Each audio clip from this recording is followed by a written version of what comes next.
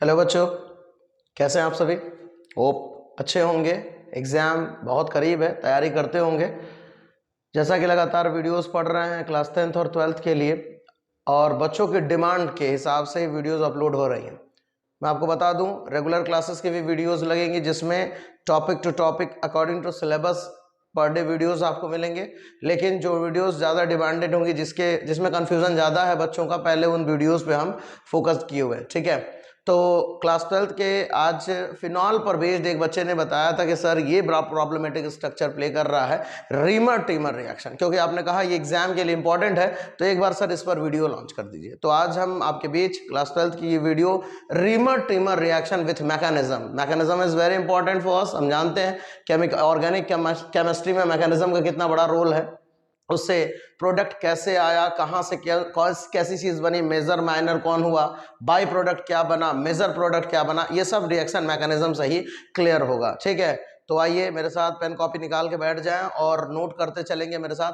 Phenol जो कि बहुत ही इंपॉर्टेंट टॉपिक है, उसका एक पर्टिकुलर रिएक्शन हम रीमर टेमन रिएक्शन यहाँ पे पढ़ेंगे अलॉन्ग विथ मैकेनिज्म। ठीक है, सो सबसे पहले फिनॉल का ये फॉर्मूला आप देखिए। फिनॉल PHOH या AROH ऑर्गेनिक, ये एरोमेटिक, OH हाइड्रो एरोमेटिक जो है, एरोमेटिक कार्बन के साथ जो है ऑक्सी हाइड्रोक्साइड जुड़ जाने पर वो फिनॉक्साइड, ये फिनॉल का फिनॉल हो जाता है। अगर मैं बात करूं, यही अगर एलिफेटिक और OH होता, ये OH अगर एलिफेटिक कार्बन या एलिफेटिक ग्रुप से जुड़ा होता, यहाँ एरोमेटिक ग्रुप, यहाँ एलिफेटिक ग्रुप, तो एलिफेटिक से जुड़ने पर ये आपका एल्कोहल हो जाता है। This is the basic difference between phenol and alcohol. ठीक है, एल्कोहल में एलिफेटिक होगा और यहाँ पर फिनॉल में एरोमेटिक होगा। तो हम और C6H5 बेंजीन रिंग का एक हाइड्रोजन निकला, OH लगा। ये आपके सामने फिनॉल का फॉर्मूला है, सबको पता होगा फिनॉल का फॉर्मूला। तो आज का हमारा topic Reimer Tiemann reaction in phenol. ठीक है, सैलिसल्डिहाइड। सबसे इंपॉर्टेंट बात कि रीमर टेमन रिएक्शन का मेजर प्रोडक्ट क्या है, प्रोडक्ट क्या है, तो प्रोडक्ट है salicylaldehyde. Salicylaldehyde formation with mechanism. तो पहले ही बात क्लियर करो, रीमन टेमन रिएक्शन में बनता क्या है, प्रोडक्ट का नाम सैलिसल्डिहाइड। वेरी इंपॉर्टेंट टॉपिक, बहुत ही ज्यादा इंपॉर्टेंट ये आपका जो कंपाउंड बना है, ये है मेडिकल फील्ड में इसका जो है फार्माकोटिक्स डिपार्टमेंट में जो है सबसे ज्यादा इस्तेमाल किया जाता है। ठीक है, तो सैलिसल्डिहाइड फॉर्मेशन विथ मैकेनिज्म मैं आपके सामने लेके रिप्रेजेंट हो चुका हूं। तो सबसे पहले ये बात, ये आपके लिए, this session will be helpful for those student who preparing for NEET aspirants. जो नीट का एग्जाम देने जा रहा है उसके लिए भी ये इंपॉर्टेंट टॉपिक, बोर्ड के पॉइंट ऑफ व्यू से, नीट के पॉइंट ऑफ व्यू से, जेई मेंस, एम्स, इन सब में इस तरह के क्वेश्चंस पूछे जाते हैं, खास करके नेमिंग रिएक्शंस पर। और नेमिंग रिएक्शंस में कुछ ऐसे नेमिंग रिएक्शन है जो फ्रीक्वेंटली पूछे जाते हैं एग्जाम्स में, तो उसमें मैं रीमर टिमर लेके आपके बीच प्रेजेंट हो चुका हूँ। और आइए सबसे पहले ये रिएक्शन मैं आपको बताऊं। यहाँ पर देखिए, एनसीईआरटी का पैटर्न अलग होगा। एनसीईआरटी पे जो बेस्ड, एनसीईआरटी पर जो बेस्ड यहाँ पर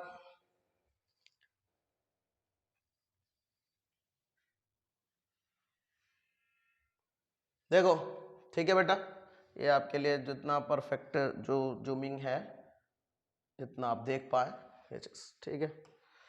सो एनसीईआरटी में फिनॉल लिया गया।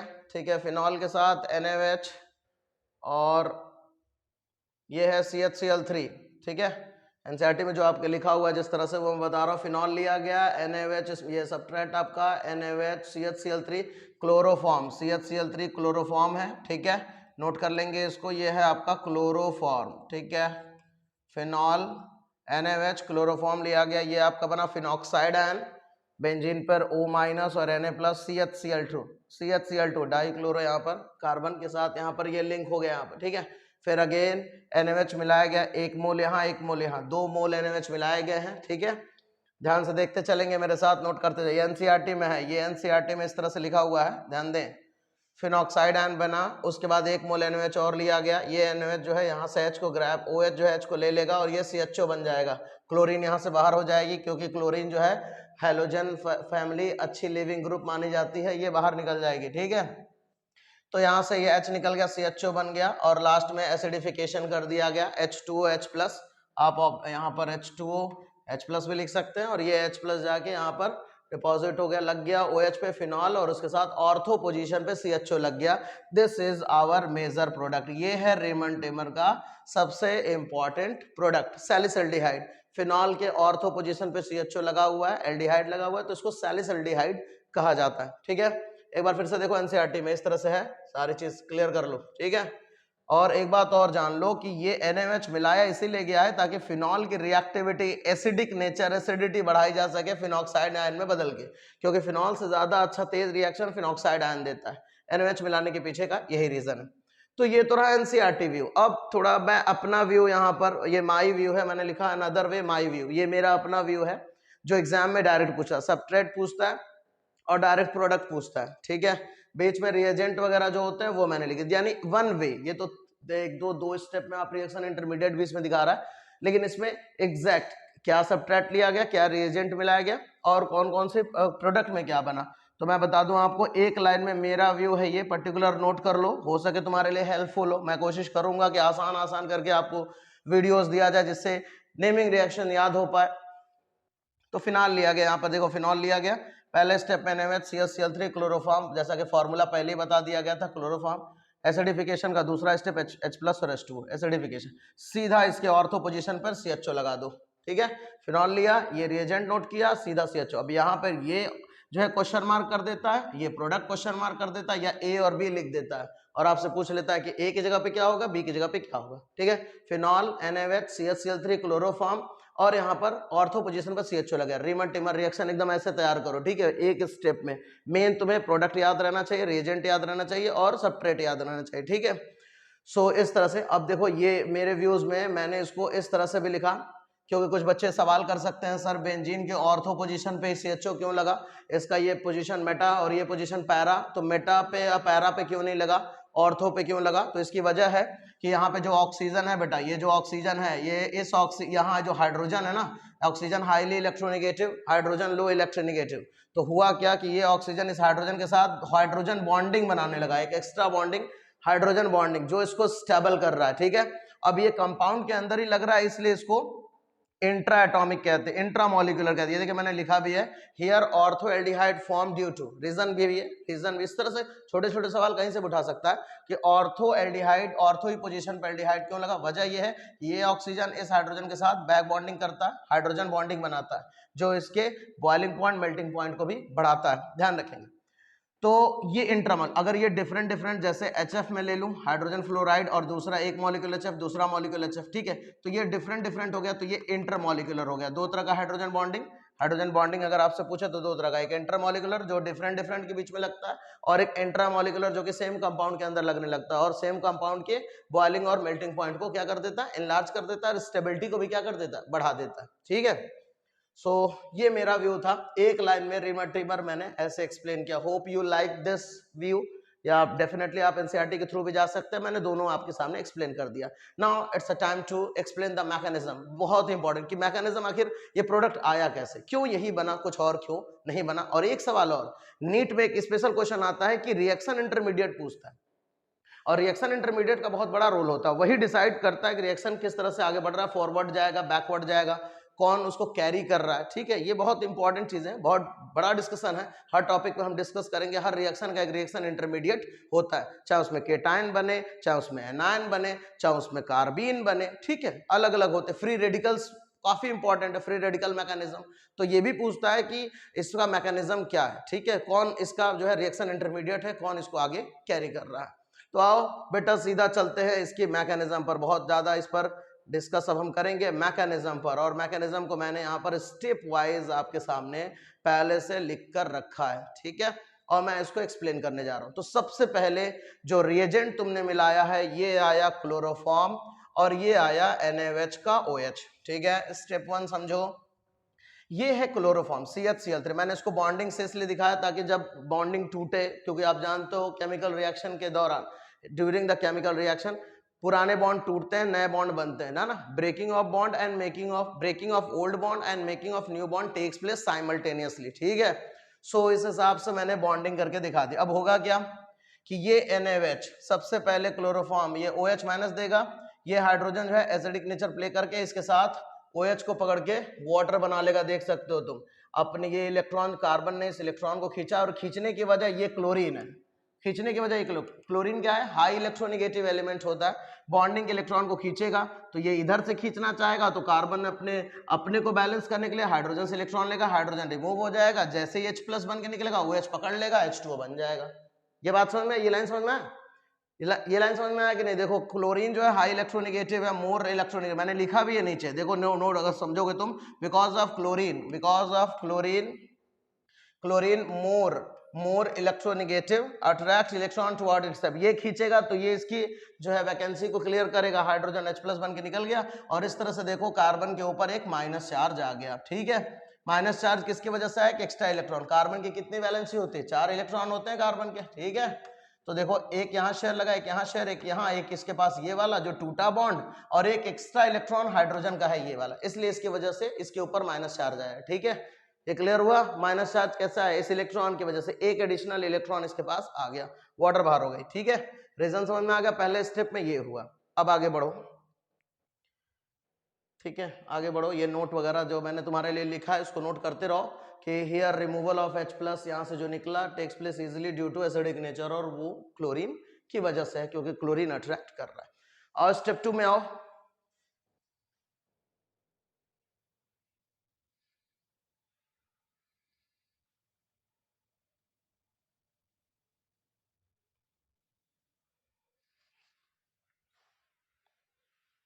स्टेप 2 में आओ, देखो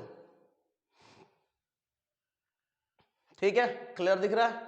अब देखो स्टेप 2 में क्या हुआ कि ये क्लोरीन अभी मैंने कहा लिविंग ग्रुप है, अब भैया इलेक्ट्रॉन आ चुके हैं कार्बन के पास एक्स्ट्रा, अब ये निकल सकता है, ये निकल गया chlorine leave from here because halogens are the good leaving agent attract electron and go outside. सारे जितने भी हैलोजेंस हैं, halogen X, fluorine, chlorine, bromine, iodine, ये सब बेस्ट लिविंग एजेंट होते हैं, इलेक्ट्रॉन अट्रैक्ट करके बाहर निकल जाते हैं। तो यहां से देखिए जो प्रोडक्ट बना क्लोरीन यहां से बाहर हो गया। ठीक है, ये क्लोरीन मैंने रिमूवल ऑफ क्लोरीन माइनस दिखाया यहाँ पर, तो एक निकल गया तो भैया एक इलेक्ट्रॉन एक्स्ट्रा चला गया तो कार्बन न्यूट्रल हो गया। हुआ कि नहीं? ये समझ में आया कार्बन पर माइनस कैसे हटा? देखो क्लोरीन यहां से जब निकल गया एक्स्ट्रा इलेक्ट्रॉन लेके निकल गया, तो अब कार्बन के पास अपने ओरिजिनल 4 इलेक्ट्रॉन हो गए, 2 लग गए, 2 बचे हैं, तो माइनस कहाँ क्या, फिर बराबर हो गया ना वो चीज। अब ये देखो ये बड़ा इंपॉर्टेंट है, ये जो इंपॉर्टेंट बात CCl2, इसको नोट करो पहले, बहुत इंपॉर्टेंट, ये चीज याद करो, इसका नाम है डाइक्लोरोकार्बीन। ये है रिएक्शन इंटरमीडिएट। नीट में सीधा पूछता है कि give the formula and the name of the reaction intermediate in Reimer Tiemann reaction, तो इसमें सीधा रीमान-ट्रिमन में सीधा CCl2 डबल, ये जो इलेक्ट्रॉन है फ्री इलेक्ट्रॉन है देख रहे हो आप, carbene, dichlorocarbene reaction intermediate act as a acid. ये है आपका, इसको नोट करने की जरूरत है, रिएक्शन इंटरमीडिएट हमारा बन चुका है। ठीक है, 2 स्टेप में क्लियर हो गया। अब एक एक करके अब आप पढ़ते रहना इसको। अब देखो सुनो, आगे देखो, ये तो मैंने जो बात बता दी, क्लोरीन बाहर निकला तो ये कार्बीन आपका बन गया जो कि रिएक्शन इंटरमीडिएट है।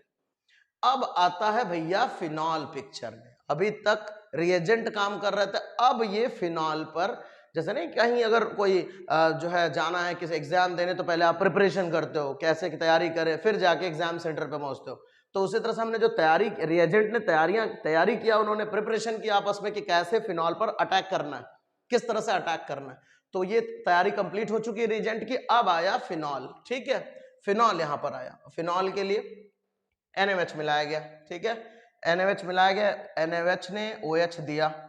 अब क्या हुआ ना, यहां पर ये हाइड्रोजन इस OH को देखकर एसिडिक हाइड्रोजन की तरह बिहेव कर रहा है, ये OH को पकड़ के H2O बनाएगा और ये इलेक्ट्रॉन ऑक्सीजन अपनी तरफ खींच लेगा। ये देखो NaOH का काम ही ये था कि ये NaOH मिलाई इसलिए गया है ताकि ये फिनॉल की एक्टिविटी को बढ़ा सके। मैंने साफ लिखा है, देखो activity of phenol increases due to the formation of phenoxide ion. अब ये जब इलेक्ट्रॉन ऑक्सीजन खींच लिया, क्योंकि ऑक्सीजन हैलोजन के बाद जो है इलेक्ट्रोनेगेटिव एटम, हैलोजन के बाद ऑक्सीजन माना जाता है सबसे ज्यादा, तो ये ऑक्सीजन ने जब इलेक्ट्रॉन खींच लिया तो इस पर अब माइनस हो गया एक्स्ट्रा इलेक्ट्रॉन आने की वजह से, और हाइड्रोजन H+ बन के H+ और OH को पकड़ लिया, H2O बाहर हो गया, ये बना आपका फिनॉक्साइड आयन। इससे ज्यादा रिएक्टिव फिनॉक्साइड आयन है, तो activity of phenol increases due to the formation of phenoxide ion, this is done by NaOH। यही वजह थी NaOH के मिलाने की। अब सुनो, अब होगा क्या, फिनॉक्साइड आयन तो तुम्हारा बन गया, ड्यू टू, अब अगला स्टेप देखो, ड्यू टू एक्स्ट्रा इलेक्ट्रॉन, यहाँ पर ऑक्सीजन के ऊपर एक्स्ट्रा इलेक्ट्रॉन है, due to extra electron on phenoxide and it undergo resonance. देखो रेजोनेंस क्या होता है, एक कंपाउंड एक से ज्यादा फेजेस को अटेंड करता है, एक से ज्यादा स्टेट में जाता है, फॉर अपने ही अंदर एटम्स को चेंज करके रीअरेंज होता है, बॉन्डिंग रीअरेंज करेगा, एटम की प्लेस को बदलेगा, तो इसको रेजोनेटिंग स्ट्रक्चर कहते हैं, ठीक है। और पाया ये गया है कि एक कंपाउंड जितने ज्यादा रेजोनेटिंग स्ट्रक्चर बनाता है वो उतना ही ज्यादा स्टेबल माना जाता है, क्योंकि वो हर कंडीशन में खुद को स्टेबलाइज कर लेता है। तो ये रेजोनेंस का भी टॉपिक बहुत इंपॉर्टेंट है, इसको भी पढ़ना। हर जो है चैप्टर में एल्डिहाइड, कीटोन, ईथर, एस्टर, जिसमें सब में रेजोनेटिंग स्ट्रक्चर्स भी होते हैं और वो अपने आप को सिर्फ स्टेबल करने के लिए किया जाता है। तो भैया यहाँ पर ऑक्सीजन के ऊपर एक्स्ट्रा इलेक्ट्रॉन आ गया, ये अपने आप को क्या करेगा, बैलेंस के स्टेबल करने के लिए ये रेजोनेंस प्ले करेगा। अब देखो रेजोनेंस के लिए ऑक्सीजन अपना, भैया ऑक्सीजन इलेक्ट्रोनेगेटिव, वो इलेक्ट्रॉन एक्स्ट्रा रख नहीं पाया, उसने इलेक्ट्रॉन रिंग को दिया, यहाँ इस बॉन्ड को, ये देखो अपने इलेक्ट्रॉन को ट्रांसफर किया। अब इस कार्बन के ऊपर एक्स्ट्रा इलेक्ट्रॉन आ गया, ये अपने आगे ट्रांसफर कर दिया। तो इस तरह से देखो ऑर्थो पोजीशन पे माइनस हो गई और ये यहाँ पर ये माइनस और ये प्लस मिलके यहाँ डबल बॉन्ड बना गया, जहां गया वहां माइनस, जहां गया वहां प्लस, प्लस और माइनस मिलके यहाँ पर डबल बॉन्ड बन गया, गॉट इट। और ये जो है बॉन्ड टूटा और यहाँ माइनस चार्ज आ गया। ऑर्थो पे माइनस आने का मतलब यह है कि ऑर्थो प्रोडक्ट यहां पर बनाना भी हम चाहते हैं, ऑर्थो पे माइनस आ गया।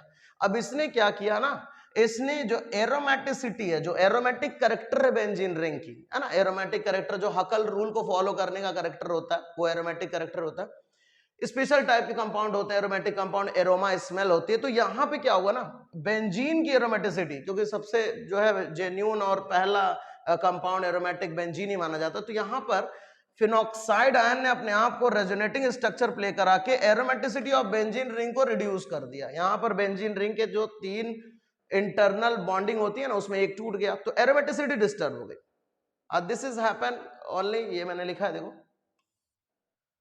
This is happen because of the formation of ortho product. ऐसा इसलिए हुआ क्योंकि ऑर्थो प्रोडक्ट भी हमें बनाना। तो अब ये भैया हो गया तुम्हारा रेजोनेटिंग स्ट्रक्चर। आइए नेक्स्ट स्टेप।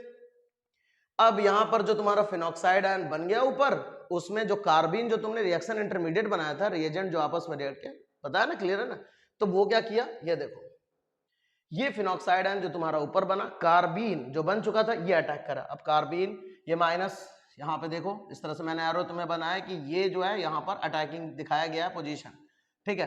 तो यहां से जैसे इलेक्ट्रॉन इनको डोनेट किया गया, ये वापस इलेक्ट्रॉन को खींच लिया, ये देखिए अभी ये इलेक्ट्रॉन को खींचेगा। ध्यान दो, यहां पर थोड़ा सा ध्यान दो, ये पोजीशन काफी इंपॉर्टेंट है, ध्यान देना। देखो हर सेक्टर पे, हर कॉर्नर पर कार्बन है और कार्बन के साथ हाइड्रोजन लगे हुए हैं, ये तुम जानते हो। तो यहां पर देखो, अगर मैं बात करूं कि ये पोजीशन और ये पोजीशन, पहले तो ये लिंक होगा यहां से कार्बिन, ये 2 इलेक्ट्रॉन एक्स्ट्रा इलेक्ट्रॉन लेकर यहां पर ऑर्थो पोजीशन पे जाकर लिंक हुआ, ये देखो माइनस के साथ, माइनस जो है इसके ऊपर ट्रांसफर हो गया इस तरह से। अब यहां पर एक एक्स्ट्रा हाइड्रोजन भी है, ठीक है, ये तो लग गया। अब भैया ये हुआ कि इसमें हाइड्रोजन लग गया, कार्बन भी लग गया, माइनस हो गया, हुआ ये। अब ये हाइड्रोजन क्या करेगा, सुन लो बात, सुन लो कायदे सुन लो, वरना ये टॉपिक नहीं समझ में आएगा। ये हाइड्रोजन क्या करेगा, अपने आप को रिंग से हटाकर रिंग की एरोमेटिसिटी को मेंटेन करना चाहेगा। भैया कोई तो होगा ना परिवार में जो बलिदान देगा किसी दूसरों की खुशियों के लिए, तो यहां पर हाइड्रोजन ने अपने आप को सैक्रिफाइस किया, भैया मैं हट जाता हूं लेकिन रिंग हमारा बचा रहा है, एरोमेटिक कैरेक्टर उसका बचा रहा है। हाइड्रोजन देखो यहां से निकलेगा, ठीक है, और ये इस कार्बन पर ये इसके इलेक्ट्रॉन को, रिंग को अपना ट्रांसफर कर देगा, भैया तू अपना एरोमेटिसिटी मेंटेन रख। ये इलेक्ट्रॉन दे दिया, बॉन्ड यहां बन जाए, ऑक्सीजन वापस खींच लेगा क्योंकि यहां डेंसिटी बढ़ जाएगी, तो भैया इलेक्ट्रॉन तो शिफ्टिंग होना चाहिए, और ये हाइड्रोजन जाके यहां पे जुड़ गया। आप देख सकते हैं ऑक्सीजन वापस माइनस, ये H यहां से निकला, इस HC को पकड़ लिया, माइनस प्लस में यहाँ पे बॉन्ड बन गया, और जो है यहाँ पर ये जो है डबल बॉन्ड यहां पर आ गया। जिस तरह से तुम्हारा ये aromatic character, because to regain वापस पाना the aromaticity of benzene ring, इस तरह से जो है एटम आपस में क्या हुए, एटम आपस में इस तरह से जो है रीअरेंज हुए। ये टॉपिक, ये बात समझ में आई कि नहीं यहाँ पे कैसे हुआ, ठीक है। बस अब बस बहुत करीब है हम अपने प्रोडक्ट के, बहुत ज्यादा करीब, देखो यहां तक पहुंच गए। अब यहां पर एक रीजन और है कि जैसे मैंने बताया हाईली एसिडिक भी, मैंने लिखा भी है, हाईली एसिडिक हाइड्रोजन है, इसलिए वो जो है वहां से निकल जाता है। और पूछे जाएगा कि हाईली एसिडिक क्यों हुआ, तो क्योंकि कार्बन है, कार्बन पे माइनस है, तो ये भी इसको अट्रैक्ट कर रहा है यहां से निकल करके, भैया तुम यहां से लिंक छोड़ो, मेरे ऊपर माइनस है, एक्स्ट्रा इलेक्ट्रॉन है, यहां आकर इसको बैलेंस करो, तो ये चीज चली गई। अब आओ अगले स्टेप पर, ये देखो ये तुम्हारा बन चुका था, ठीक है, डाइक्लोरो। अब जैसा कि मैंने पहले ही बता दिया था कि हैलोजन जो है ड्यू टू गुड लिविंग जो है ग्रुप है, बहुत अच्छे लिविंग ग्रुप है, तो ये क्या करेगा, लीव करेगा कि अब मैं अपने इलेक्ट्रॉन लेकर वापस जाता हूं। तो यहां पर क्या हुआ, दोनों क्लोरीन अपने अपने इलेक्ट्रॉन को लेकर क्या करेंगे, वापस जाएंगे। और ऐसा इसलिए क्योंकि NaOH का डबल NaOH यहाँ पे मिलाया गया, NaOH सपोर्ट करेगा, OH माइनस प्रोवाइड करेगा, कहेगा कार्बन तुम क्लोरीन को जाने दो, मैं अपने OH को तुमको सप्लाई कर देता हूं। तो कहेगा ठीक है, मेरा टेट्रा वैलेंसी मेरी मेंटेन रहे, कोई आए चाहे जाए, मेरी वैलेंसी क्लियर होनी चाहिए। तो यहां से दोनों क्लोरीन देख सकते हैं, मैंने एरो बनाया है, ये और ये दोनों बाहर हो गए, और 2 OH की सप्लाई NaOH ने 2 OH की, इसलिए 2 मोल लगता है, सप्लाई कर दिया। तो यहां पर क्या हुआ, Cl की जगह पर OH, OH और इस तरह से आपका O माइनस यहां तक पहुंच गया। ठीक है, ये क्लियर हुआ, ये वाली स्टेप लिविंग ग्रुप की वजह से क्लोरीन बाहर, 2 OH की सप्लाई ये करेगा, एक OH यहां, एक OH यहां, कार्बन की वैलेंसी टेट्रा वैलेंसी मेंटेन हुई। अब ये प्रोडक्ट आपको कहेगा कि भैया ये तो प्रोडक्ट बन गया, अब आगे बनाने की क्या जरूरत। तो पता ये चला कि ये हाईली अनस्टेबल प्रोडक्ट बना है, क्योंकि carbon can not hold 2 OH group, carbon अपने ऊपर 2 OH ग्रुप को नहीं रख सकता। ठीक है, बहुत बल्कियर हो जाता है और काफी स्टेरिक हिंड्रेंस यहां पर क्रिएट होता है। तो ये क्या कहेगा कि भैया तुम लोग कुछ काम करो, ऐसा हो यहां से जाओ, ठीक है, भले वैलेंसी मेरी क्लियर है लेकिन मैं होल्ड नहीं कर पाऊंगा। तो 2 OH को होल्ड नहीं कर पाता। तो हुआ ये कि भैया अब OH क्या कहते हैं, कहते हैं चलो एक काम करते यार, यहां से वाटर बनाकर बाहर आते हैं। ठीक है, तो देखो अगले स्टेप में देखो, वो जो प्रोडक्ट था ना, ये जो बना था, ये देखो मैंने यहाँ पे लिया अगले स्टेप में। तो OH और H 2 होल्ड नहीं कर सकता, तो एक H और दूसरे का OH H2O बन के बाहर हो गया। अब जब H2O बन के बाहर हो गया तो क्या बचा, CH और O, काफी करीब है हम अपने प्रोडक्ट के। मैकेनिज्म देख रहे हैं आप, यहाँ पे ऑर्थो पोजीशन पे बन गया तुम्हारा CHO। ठीक है, एकदम आखिरी लाइन पे पहुंच चुके हो, O माइनस ये इस तरह से। अब लास्ट स्टेप, 2 OH निकल गए, आखिरी स्टेप में क्या करेगा, आखिरी स्टेप में एसिडिफिकेशन होगा, यानी H प्लस या H2 यहाँ पे लिख सकते हैं आप, H प्लस सप्लाई किया, OH माइनस, O भैया कहेगा मैं अपने ऊपर माइनस नहीं रख सकता, यहाँ से H को पकड़ा और OH बन गया, और इस तरह से ये आपका मेजर प्रोडक्ट सैलिसिल्डिहाइड क्लियर हो गया। ठीक है, समझ में आया? कोई भी प्रॉब्लम होगी कमेंट बॉक्स में जरूर बताना, मैं दोबारा एक्सप्लेन कर दूंगा। ठीक है, लेकिन होप अगर तुमने अच्छे से वीडियो को रोक रोक के समझोगे ना, तो तुम्हें क्लियर हो जाएगा हर स्टेप कि कौन कैसे हुआ है। मैकेनिज्म यही इसका है पूरी तरह से। तो ये मैंने एसिडिफिकेशन, सैलिसिल्डिहाइड रिमर टीमर में बनता है, NaOH लिया जाता है, क्लोरोफॉर्म होता है, फिनाल होता है। तो thank you for all of you here for listening my video, for seeing my video here. और नेक्स्ट रिएक्शन विद मैकेनिज्म मैं टू बी कंटिन्यू करूंगा कैनिजारो पर। बहुत ही ज्यादा बच्चों की इस पर भी डिमांड है, सर कैनिजारो की मैकेनिज्म जो है बता दीजिए कैसे वो प्रोडक्ट बनता है। तो ये नोट कर लो, अगली मैकेनिज्म कैनिजारो रिएक्शन पे मिलेगी। Hope you like the session, like the video. Thank you so much.